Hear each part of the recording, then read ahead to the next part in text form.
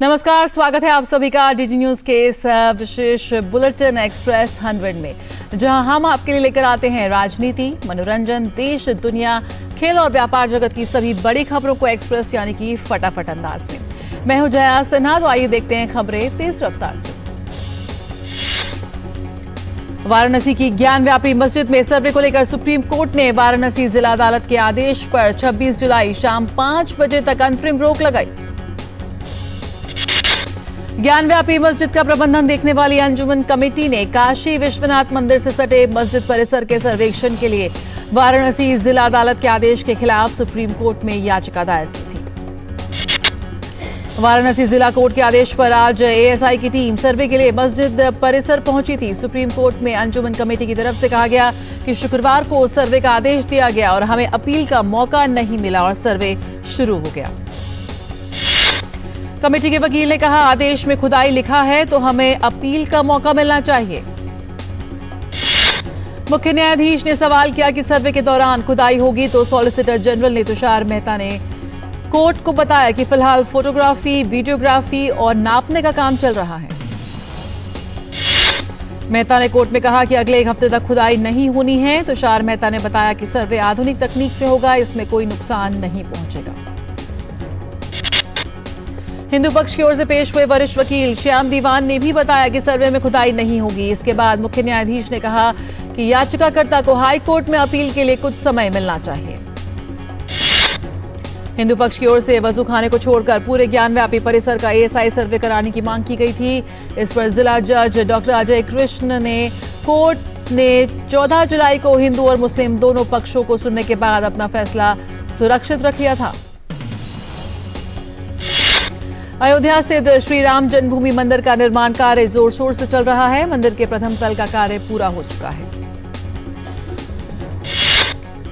मंदिर के गर्भगृह और दीवारों पर देवी देवताओं की प्रतिमाओं की खूबसूरत नक्काशी की जा रही है। नवंबर 2023 तक ये सारे कार्य पूरे हो जाने की उम्मीद।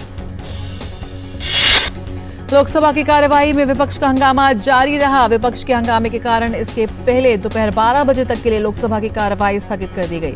लोकसभा अध्यक्ष ने कहा कि विपक्ष सदन को बाधित करना बंद करे। राज्यसभा में भी मणिपुर हिंसा के मामले पर विपक्ष का हंगामा जारी। हंगामे के कारण इसके पहले राज्यसभा की कार्यवाही दोपहर 12 बजे तक के लिए हुई स्थगित। राज्यसभा में मणिपुर मसले सहित नियम 176 के तहत 11 नोटिस दिए गए, जिस पर सभापति ने कहा कि इस नियम के तहत अल्पकालिक चर्चा के लिए सरकार भी तैयार है, इसलिए इन्हें स्वीकार किया जाता है। विपक्ष द्वारा नियम 267 के तहत सदन में 27 नोटिस दिए गए, जिस पर सभापति ने कहा कि उन पर पहले ही नियम के बारे में बताया जा चुका है। राज्यसभा में सत्ता पक्ष की ओर से बीजेपी सांसदों ने नियम 176 के तहत पश्चिम बंगाल, तेलंगाना, छत्तीसगढ़, केरल और राजस्थान में कानून व्यवस्था और महिलाओं के खिलाफ हिंसात्मक घटनाओं पर नोटिस दिए। मॉनसून सत्र 11 अगस्त तक चलेगा। इस दौरान 17 बैठकें होंगी। केंद्र सरकार मॉनसून सत्र में 31 विधेयक ला रही है। इनमें कई नए बिल हैं तो कुछ पहले संसद में पेश हो चुके हैं, जिन पर चर्चा होगी। भारत की G20 अध्यक्षता के तहत चेन्नई में आपदा जोखिम न्यूनीकरण कार्य समूह की बैठक आज से शुरू होगी। ये बैठक 26 जुलाई तक चलेगी।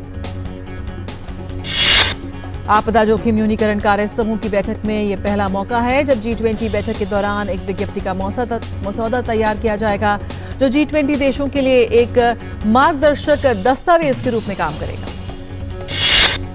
विज्ञप्ति का मसौदा आपदा जोखिम में कमी के महत्व को भी रेखांकित करेगा। ये राष्ट्रीय और अंतर्राष्ट्रीय स्तर पर की जाने वाली ठोस कार्रवाइयों की रूपरेखा तैयार करेगा।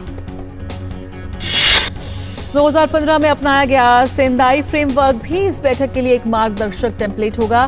बैठक में इसकी समीक्षा भी की जाएगी। कार्यक्रम में आपदा प्रबंधन में महिला नेतृत्व की भूमिका पर भी चर्चा होगी और देशों के बीच सर्वोत्तम प्रथाओं को साझा करने पर भी विचार विमर्श होगा। साथ ही बिपरजॉय केस स्टडी और आपदा से निपटने पर एक प्रदर्शनी का भी आयोजन किया गया है। इसके बाद G20 प्रतिनिधियों को महाबलीपुरम में यूनेस्को विरासत स्मारकों का दौरा करने का भी एक अवसर मिलेगा। बैठक को G20 के शेरपा अमिताभ कांत ने संबोधित करते हुए कहा कि ग्रोथ और आपदा प्रबंधन एक ही सिक्के के दो पहलू हैं। साथ ही प्राइवेट सेक्टर को भी साथ में आकर आपदा से निपटने के लिए काम करना चाहिए। कार्यक्रम में आपदा प्रबंधन में देशों के बीच सर्वोत्तम प्रथाओं को साझा करने पर भी विचार विमर्श किया गया। प्रधानमंत्री नरेंद्र मोदी के प्रिंसिपल सेक्रेटरी प्रमोद कुमार मिश्रा ने बैठक को संबोधित करते हुए कहा कि अलग अलग देशों की प्रतिबद्धताओं के चलते इस समस्या से नहीं निपटा जा सकता, बल्कि G20 देशों, अंतर्राष्ट्रीय संगठनों और ज्ञान भागीदारों को एक साथ लाकर आपदा प्रबंधन की चुनौतियों से निपटा जा सकता है। जम्मू कश्मीर के उपराज्यपाल मनोज सिन्हा ने कहा कि जम्मू कश्मीर से अनुच्छेद 370 हटने के बाद वहां अनेक सकारात्मक परिवर्तन आए हैं। जम्मू कश्मीर के उपराज्यपाल ने कहा कि जम्मू की आबादी के हिसाब से इसका योगदान देश के विकास में किसी भी दूसरे भाग में कम नहीं। यमुना का जलस्तर बढ़ने से दिल्ली के निचले इलाकों में एक बार फिर बाढ़ का खतरा मंडरा रहा है। आज सुबह 7 बजे ओल्ड यमुना ब्रिज पर यमुना का जलस्तर 206.56 मीटर दर्ज किया गया, जो कि कल रात 10 बजे 206.44 मीटर था। हथनीकुंड बैराज से पानी छोड़ने की वजह से यमुना में फिर उफान। यमुना के बढ़ते जलस्तर को देखते हुए संबंधित विभागों को हाई अलर्ट पर रखा गया है। प्रशासन की टीमें अलग अलग इलाकों में नजर बनाए हुए हैं। जलस्तर के उतार चढ़ाव के बीच लोग अपने घर को छोड़ राहत शिविर में रहने को मजबूर हैं। लोग दिल्ली के मयूर विहार और jubilee golden park ring road के पास राहत शिविर में रह रहे हैं। उत्तर प्रदेश के कई जिलों में बाढ़ जैसी स्थिति बनी हुई है। दिल्ली से सटे गाजियाबाद के लोनी क्षेत्र और साहिबाबाद इलाके में हिंडन नदी के किनारे बसे गांवों में भी बाढ़ का पानी घुसा। खासतौर से डूब क्षेत्र में बनाए गए मकानों में रह रहे लोग हिंडन नदी में एकाएक बाढ़ आने के बाद इलाके में हुए जल भराव के बाद बेहद परेशान। इतना ही नहीं, लोगों को अपना घर छोड़कर भी जाना पड़ रहा है। एनडीआरएफ और एसडीआरएफ की टीम और प्रशासनिक अधिकारी राहत एवं बचाव कार्य में दिन रात जुटे हुए हैं। वहीं स्थिति का जायजा लेने के लिए पुलिस अधिकारी भी मौजूद। पहाड़ी राज्यों में हो रही बारिश परेशानी का सबब बनी हुई है। उत्तराखंड में बारिश से 4 धाम यात्रा प्रभावित हो रही है। चमोली जिले में बद्रीनाथ नेशनल हाईवे बंद हो गया। यहां केमड़ा गांव के पास भूस्खलन के कारण रास्ता बंद हुआ है। मौसम विभाग के अनुसार उत्तराखंड में अभी बारिश का सिलसिला जारी रहेगा। असम में बाढ़ की स्थिति में सुधार जारी। प्रभावित आबादी घटकर 1714 हो गई है। कोई भी नदी खतरे के स्तर से ऊपर नहीं बह रही। इस साल बाढ़ की पहली लहर में मरने वालों की संख्या 9 है। राज्य के 3 जिले बारपेटा, डिब्रूगढ़, शिवसागर में 3 राजस्व मंडलों के 16 गांव अभी भी बाढ़ के पानी में डूबे हुए हैं। नवीनतम आंकड़ों के अनुसार 133 हेक्टेयर फसल क्षेत्र बाढ़ के पानी से प्रभावित हुई हैं और 4629 से अधिक जानवर बाढ़ से प्रभावित हैं। राहत वितरण केंद्र कल चालू था। मौजूली में कटाव हो रहा है। राज्य क्षेत्रीय मौसम विज्ञान केंद्र के अनुसार आज राज्य के बहुत कम जिलों में भारी बारिश की संभावना है। गोदावरी के बढ़ते जलस्तर ने एक बार फिर भद्रादी, कोठागुडेम जिले के भद्राचलम और मुनुगुर डिवीजनों के निवासियों में भय और चिंता पैदा कर दी है। विश्व प्रसिद्ध हीराकुंड बांध के जल भंडार से महानदी में रविवार को पानी छोड़ा गया। बांध के 5 गेट खोलकर 1 साल बाद पानी छोड़ा गया है। राष्ट्रीय स्वयंसेवक संघ के वरिष्ठ प्रचारक और अखिल भारतीय विद्यार्थी परिषद के पूर्व संगठन मंत्री मदन दास देवी का आज तड़के बेंगलुरु में निधन हो गया। वो पिछले कई दिनों से बीमार चल रहे थे। उनके पार्थिव शरीर का कल सुबह 25 जुलाई को पुणे में अंतिम संस्कार किया जाएगा। मदन दास देवी ने बचपन से ही अपना जीवन राष्ट्र सेवा और संघ कार्य में बिताया। प्रधानमंत्री नरेंद्र मोदी ने मदन दास देवी के निधन पर शोक व्यक्त किया है। उन्होंने ट्वीट कर कहा, श्री मदन दास देवी जी के देहावसान से अत्यंत दुख हुआ है। उन्होंने अपना पूरा जीवन राष्ट्र सेवा में समर्पित कर दिया। प्रधानमंत्री नरेंद्र मोदी ने कहा, उनसे मेरा न सिर्फ घनिष्ठ जुड़ाव रहा है बल्कि हमेशा बहुत कुछ सीखने को मिला। शोक की इस घड़ी में ईश्वर सभी कार्यकर्ताओं और उनके परिवारजनों को संबल प्रदान करे। ओम शांति। नेपाल में भारत के राजदूत नवीन श्रीवास्तव ने नेपाल भारत पुस्तकालय में लैपटॉप, टैबलेट और वाईफाई कनेक्शन के साथ डिजिटल कॉर्नर, हिंदी कॉर्नर और इंडिया कॉर्नर जैसे नए संसाधनों का उद्घाटन किया। इस पुस्तकालय की स्थापना 1956 में की गई थी। वर्तमान में पुस्तकालय के 3000 नेपाली नागरिक सदस्य हैं। नेपाल भारत पुस्तकालय में लगभग 68,000 पुस्तकें हैं, जिनमें भारतीय इतिहास, आर्थिक राजनीति, जनसंचार, चिकित्सा, इंजीनियरिंग और अन्य विषयों पर पर्याप्त संग्रह शामिल है। पुस्तकालय में हिंदी में पुस्तकों का एक बड़ा संग्रह है, जिसमें हाल ही में 391 नई हिंदी पुस्तकें जोड़ी गई। सावन के तीसरे सोमवार को राजधानी के अलग अलग मंदिरों में शिव के भक्तों ने पूजा अर्चना की। सुबह से ही मंदिरों में भक्तों के आने का सिलसिला शुरू हो गया है। दूध, बेलपत्र व जलाभिषेक करते हुए महिलाओं ने बड़ी संख्या में भगवान शिव की आराधना की। वक्त एक छोटे से ब्रेक का, जल्द हाजिर होते हैं, आप बने रहिए हमारे साथ। दुनिया की बिसात, शहमात का खेल, वैश्विक कूटनीति, सियासी तालमेल, उभरती नई विश्व व्यवस्था, पर्यावरण, अर्थव्यवस्था, ग्लोबल वार्मिंग ही नहीं, ग्लोबल वार्निंग भी। जंग का जुनून हो या शांति की पहल, सभी वैश्विक हलचल, खबर जो करे खबरदार, देश देशांतर से जिसका सरोकार, बात दुनिया जहान की, खबर दुनिया की। मन की बात है जन जन की, संघर्षों के कुछ किस्से, कहानी कुछ सफलताओं की, अनकही विरासत की, उम्मीदें नए भारत की। महीने के आखिरी रविवार का रहता है इंतजार। ब्रह्मपुत्र के घाट से हिमालय के विस्तार तक होती है मन की बात प्रधानमंत्री के साथ। तो सुनिए, इस महीने 30 जुलाई सुबह 11 बजे मन की बात आकाशवाणी और दूरदर्शन के सभी चैनलों पर। आप भी माननीय प्रधानमंत्री के मन की बात का हिस्सा बन सकते हैं। इसके लिए आप अपने सुझाव post box number 111 Akashvani Delhi पर भेज सकते हैं। नमो ऐप या माई गॉव के ओपन फोरम में पोस्ट कर सकते हैं। तो याद रखें, रविवार 30 जुलाई सुबह 11 बजे मन की बात। मुझे सिविल सर्विसेज की तैयारी करनी है, अपने देश की सेवा के लिए। Is Virendranath Chattopadhyay your son? वो लंदन गया हुआ है पढ़ाई करने के लिए। भारत में एक संगठित और सुनियोजित क्रांति को अंजाम देना है। तुम यहाँ लंदन में रह के धमकी देता है? एक तरफ भारत के क्रांतिकारी संगठन और दूसरी तरफ जर्मनी, टर्की और अफगानिस्तान से भारतीय क्रांतिकारियों की सेना, सब मिलकर एक साथ वार करेंगे तो भारत की आजादी निश्चित है। स्वराज में देखिए वीरेंद्रनाथ चट्टोपाध्याय की महान गाथा।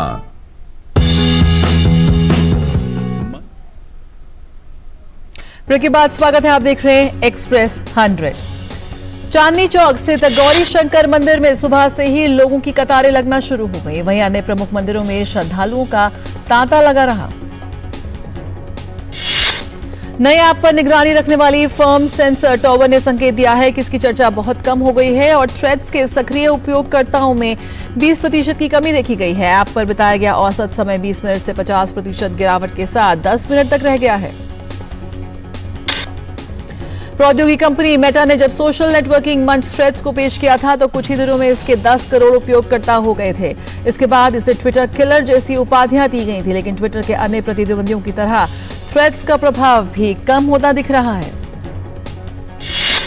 सरकार के अंतरिम अनुमानों के मुताबिक महत्वाकांक्षी उत्पादन आधारित प्रोत्साहन पीएलआई योजना के तहत प्रोत्साहन पर वित्त वर्ष 2025 के अंत तक 40,000 करोड़ रुपए से भी कम खर्च किए जाएंगे।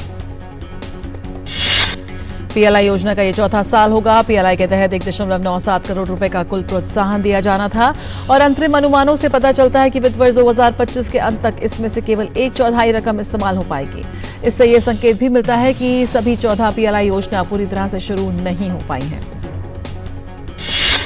सरकार ने बैंक और क्रेडिट कार्ड जारी करने वाली कंपनियों को बड़ी राहत दे दी है। अब इन कंपनियों को विदेश में क्रेडिट कार्ड से खर्च पर स्रोत पर कर संग्रह टीसीएस के लिए जरूरी ढांचा और प्रणाली तैयार करने को 6 से 8 महीने और मिल गए हैं। केरल सरकार ने पर्यटकों को लुभाने के लिए बोली लगाने वाला खेल शुरू किया है। केरल सरकार ने अपने पर्यटन क्षेत्र को बढ़ावा देने के लिए हिट फिल्मों में दिखाए गए राज्य के विभिन्न दर्शनीय स्थानों को लोकप्रिय बनाने की योजना बनाने के बाद एक और कदम उठाया है। केरल सरकार बोली वाले एक खेल के माध्यम से देश और विदेश के पर्यटकों को लुभाने के लिए उन्हें कम कीमतों पर छुट्टियां के पैकेज जीतने का मौका दे रही है। केरल के पर्यटन विभाग ने रविवार को जारी एक बयान में कहा कि हॉलिडे हीस्ट नाम के खेल में कम कीमतों वाले यात्रा पैकेज दिए गए हैं और यदि किसी में रचनात्मक तरीके से सही बोली लगाने की क्षमता है तो उन्हें ईश्वर के घर में अविश्वसनीय रूप से कम कीमतों पर छुट्टियों का आनंद मिलेगा। घरेलू शेयर बाजार में सपाट शुरुआती कारोबार में सेंसेक्स 133.83 अंकों की गिरावट के साथ 66,550.43 के स्तर पर, निफ्टी 17.95 अंक टूटकर 19,727.05 अंकों के स्तर पर आया। रुपया डॉलर के मुकाबले 2 पैसे कमजोर होकर 82 रुपए के स्तर पर कारोबार कर रहा है। सोने चांदी की कीमतों में एक बार फिर से गिरावट दर्ज की गई। सोने की कीमत में 100 रुपए प्रति 10 ग्राम की गिरावट के साथ 59,480 रुपए प्रति 10 ग्राम पर आ गया है। चांदी के दाम 330 रुपए प्रति किलोग्राम गिरकर 74,800 रुपए प्रति किलोग्राम। स्पेन में हुए आम चुनाव में किसी भी दल को स्पष्ट बहुमत नहीं मिला। स्पेन त्रिशंकु संसद की ओर बढ़ रहा है। रविवार को हुए संसदीय चुनाव में ना तो वामपंथी और ना ही दक्षिणपंथी दल को बहुमत मिलने की संभावना, जिससे सरकार बनाने के लिए दलों के बीच गठबंधन बनाने की कवायद शुरू होने की उम्मीद। स्पेन की कंजर्वेटिव पीपल्स पार्टी के नेता अल्बर्टो नूनेज फीजू ने कहा कि उनकी पार्टी ने संसदीय चुनाव में जीत हासिल की और कहा कि उनकी सर्वोच्च प्राथमिकता सरकार चलाने के लिए सभी दलों के साथ बातचीत शुरू करना है। कैमरून के सबसे बड़े शहर डोआला में एक 4 मंजिला इमारत ढह जाने से 12 लोगों की मृत्यु और लगभग 1 दर्जन लोग घायल हो गए। मलबे से बचे लोगों की तलाश की जा रही है। अफगानिस्तान में भारी बाढ़ से कम 31 लोगों की मौत हो गई है, जबकि 74 लोग घायल हो गए हैं और 41 लोग लापता हैं। पाकिस्तान में प्रदर्शनकारियों ने कुरान शरीफ की बेअदबी को लेकर स्वीडन के साथ राजनयिक संबंध तोड़ने की मांग की। जमीयत-ए-उलेमा इस्लाम पार्टी से जुड़े लगभग 3,000 कार्यकर्ता स्वीडन में एक दक्षिणपंथी राजनेता द्वारा कुरान शरीफ की बेअदबी के विरोध में कल पाकिस्तान के बंदरगाह शहर कराची की सड़कों पर उतरे। यूक्रेन के राष्ट्रपति जेलेंस्की ने कहा कि रूस ने यूक्रेन के दक्षिण बंदरगाह ओडेसा हमले में विभिन्न प्रकार की 19 मिसाइलों का किया इस्तेमाल। इजरायल में आज न्यायिक सुधार विधेयक संसद में अहम मतदान कराया जाना है। इस विधेयक के विरोध में हजारों की संख्या में लोगों ने यरूशलेम में झंडे लिए हैं और ड्रम बजाते हुए विरोध प्रदर्शन किया। वहीं तेल अवीव में भी जोरदार विरोध प्रदर्शन। इजरायल के प्रधानमंत्री बेंजामिन नेतन्याहू का कल पेसमेकर लगाने के लिए हुआ ऑपरेशन सफल रहा। नेतन्याहू ने कहा कि वे अच्छा महसूस कर रहे हैं और उन्हें जल्द अस्पताल से छुट्टी मिल जाने की उम्मीद है। चीन की कम्युनिस्ट पार्टी के पोलित ब्यूरो सदस्य ने नेपाल के राष्ट्रपति रामचंद्र पौडेल से मुलाकात की। चीन की कम्युनिस्ट पार्टी के पोलित ब्यूरो सदस्य युआन जियाजून 26 सदस्यीय प्रतिनिधिमंडल के साथ नेपाल की 3 दिवसीय यात्रा पर रविवार को यहां पहुंचे हैं। अमेरिका की विदेश मंत्री एंटनी ब्लिंकन ने कहा कि जबकि यूक्रेन ने उस आधे क्षेत्र पर फिर से कब्जा कर लिया है जिसे रूस ने शुरू में अपने आक्रमण में जब्त कर लिया था, कीव को और अधिक वापस जीतने के लिए बहुत कठिन लड़ाई का सामना करना पड़ा। भारत और वेस्टइंडीज के बीच दूसरे टेस्ट के चौथे दिन का खेल खत्म होने पर वेस्टइंडीज ने भारत से मिले 356 रन के लक्ष्य का पीछा करते हुए अपनी दूसरी पारी में 2 विकेट खोकर 76 रन बनाए। वेस्टइंडीज को जीत के लिए जहां 289 रन की जरूरत है, वहीं टीम इंडिया जीत से महज 8 विकेट दूर। वेस्टइंडीज के खिलाफ दूसरे टेस्ट में चमके तेज गेंदबाज मोहम्मद सिराज ने चटकाए 5 विकेट। दूसरी बार टेस्ट क्रिकेट में 5 विकेट के हॉल को उन्होंने किया हासिल। भारतीय टीम के कप्तान रोहित शर्मा ने वेस्टइंडीज के खिलाफ दूसरे टेस्ट की दूसरी पारी में 57 रन बनाए। रोहित ने सिर्फ 35 गेंदों पर अपनी 50 पूरी की और ये उनके टेस्ट करियर की सबसे तेज 50 रहे। एशेज सीरीज का चौथा टेस्ट मुकाबला मैनचेस्टर में ड्रॉ। मुकाबले के 5वें दिन रविवार को बारिश के चलते खेल शुरू नहीं हो सका। मैच ड्रॉ होने के कारण एशेज ट्रॉफी पर ऑस्ट्रेलिया का कब्जा बरकरार। पाकिस्तान ए ने भारत ए को इमर्जिंग टीम्स एशिया कप 2023 के फाइनल में 128 रन से हरा दिया। पाकिस्तान ने इस जीत के साथ खिताब पर किया कब्जा। कोरिया के चांगवान में चल रही विश्व जूनियर निशानेबाजी प्रतियोगिता में भारत का शानदार प्रदर्शन जारी। बखरुद्दीन मलिक, शार्दुल विहान और आर्यवंश त्यागी की पुरुष ट्रैप टीम ने जीता रजत पदक। सात्विक साईराज और चिराग शेट्टी ने कोरिया ओपन का पुरुष युगल खिताब किया अपने नाम। फाइनल मुकाबले में सात्विक चिराग ने शीर्ष वरीयता प्राप्त इंडोनेशियाई जोड़ी को हराया। सूचना एवं प्रसारण मंत्री अनुराग सिंह ठाकुर ने फिट इंडिया मूवमेंट की क्विज प्रतियोगिता के दूसरे चरण पर मुंबई में प्रेस को संबोधित करते हुए कहा, फिट इंडिया मूवमेंट के तहत आज पूरे देश में है उत्साह। उन्होंने बताया कि प्रतियोगिता के दूसरे चरण के विजेता मुंबई पहुंचे हैं, जो फाइनल में लेंगे हिस्सा। फीफा महिला विश्व कप में इटली का सामना अर्जेंटीना से जारी। दोनों टीमों की कोशिश जीत के साथ अपने अभियान को शुरू करने पर। जर्मनी की महिला फुटबॉल टीम भी आज अपने अभियान की करेगी शुरुआत। टीम का मोरक्को से होगा सामना। अमेरिकन गोल्फर ब्रायन हरमन ने ब्रिटिश ओपन का खिताब अपने नाम कर लिया। ये उनकी पहली मेजर चैंपियनशिप रही। आंद्रे रूबलेव ने नॉर्डिया ओपन का खिताब अपने नाम कर लिया। फाइनल मुकाबले में रूबलेव ने नॉर्वे के कैस्पर रूट को दी शिकस्त। एड्रियान मैनारिनो ने हॉल ऑफ फेम का ओपन का खिताब अपने नाम कर लिया। फाइनल मैच में मैनारिनो ने अमेरिका के एलेक्स मिकेलसन को 6-2, 6-4 से दी शिकस्त। मैक्स वेस्टपेन ने रविवार को हंगेरियन ग्रांड प्री में अपना दबदबा बनाते हुए रेड बुल टीम को रिकॉर्ड तोड़ लगातार 12वीं फॉर्मूला 1 जीत दिलाई। वर्स्टेपेन की लगातार 7वीं जीत ने चैंपियनशिप में पेरिस पर उनकी बढ़त को 110 अंक तक बढ़ा दिया है। लुइस हैमिल्टन 33 रेसों में पहली बार पोल से हुए बाहर। दिग्गज क्रिकेटर महेंद्र सिंह धोनी के प्रोडक्शन हाउस धोनी एंटरटेनमेंट्स के बैनर तले बनी फिल्म लेट्स गेट मैरिड में धोनी कैमियो करते नजर आ सकते हैं। क्रिकेटर से प्रोड्यूसर बने धोनी की ये फिल्म 28 जुलाई 2023 को होगी रिलीज। लेट्स गेट मैरिड को रमेश थमिलमानी डायरेक्ट कर रहे हैं। ये एक फैमिली ड्रामा फिल्म है। गौरतलब है कि धोनी ने पत्नी साक्षी के साथ मिलकर एक प्रोडक्शन कंपनी बनाई है। फिल्म निर्देशक अनुभव सिन्हा की अगली फिल्म का नाम बचपन का प्यार होगा। राजकुमार राव और वाणी कपूर होंगे फिल्म में मुख्य भूमिका में। अनुभव फिल्म से बतौर निर्माता ही जुड़ेंगे, जबकि फिल्म का निर्देशन अपूर्व धर कर रहे हैं। फिल्म अभिनेता ऋतिक रोशन अपने पिता राकेश रोशन के साथ मिलकर हिंदी सिनेमा में रोशन परिवार की 3 पीढ़ियों की विरासत पर एक डॉक्यूमेंट्री बना रहे हैं, जिसकी शूटिंग शुरू हो चुकी है। अभिनेता सूर्या के जन्मदिन पर उनकी बहुप्रतीक्षित पैन इंडिया फिल्म कांगवा की पहली झलक जारी की गई। फिल्म 3D में 10 भाषाओं में रिलीज होगी। सिवा द्वारा निर्देशित कांगवा में दिशा पाटनी भी नजर आएंगी।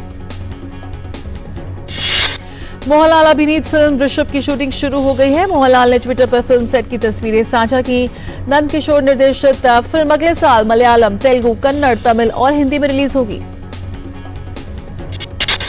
अभिनेता नितिन की आगामी फिल्म एक्स्ट्राऑर्डिनरी मैन का पहला लुक जारी किया गया। फिल्म के निर्माताओं ने फिल्म की रिलीज की तारीख 23 दिसंबर 2023 मुकर्रर की है। रेमो डिसूजा और नोरा फतेही के hip hop dance reality show ने बनाया गिनीज वर्ल्ड रिकॉर्ड। सबसे बड़े on ground hip hop dance show के साथ आधिकारिक तौर पर यह गिनीज वर्ल्ड रिकॉर्ड में शामिल हुआ। अमीन विर्क अभिनीत फिल्म जूनियर का टीजर जारी हुआ है। यह फिल्म 18 अगस्त 2023 को सिनेमाघरों में होगी रिलीज। फिल्म अभिनेता वरुण तेज की तेलुगु फिल्म गांडी बधारी अर्जुन का टीजर जारी हुआ। यह फिल्म 25 अगस्त 2023 को सिनेमाघरों में रिलीज होगी। तो एक्सप्रेस न्यूज में फिलहाल इतना ही। हमें दीजिए इजाजत। नमस्कार।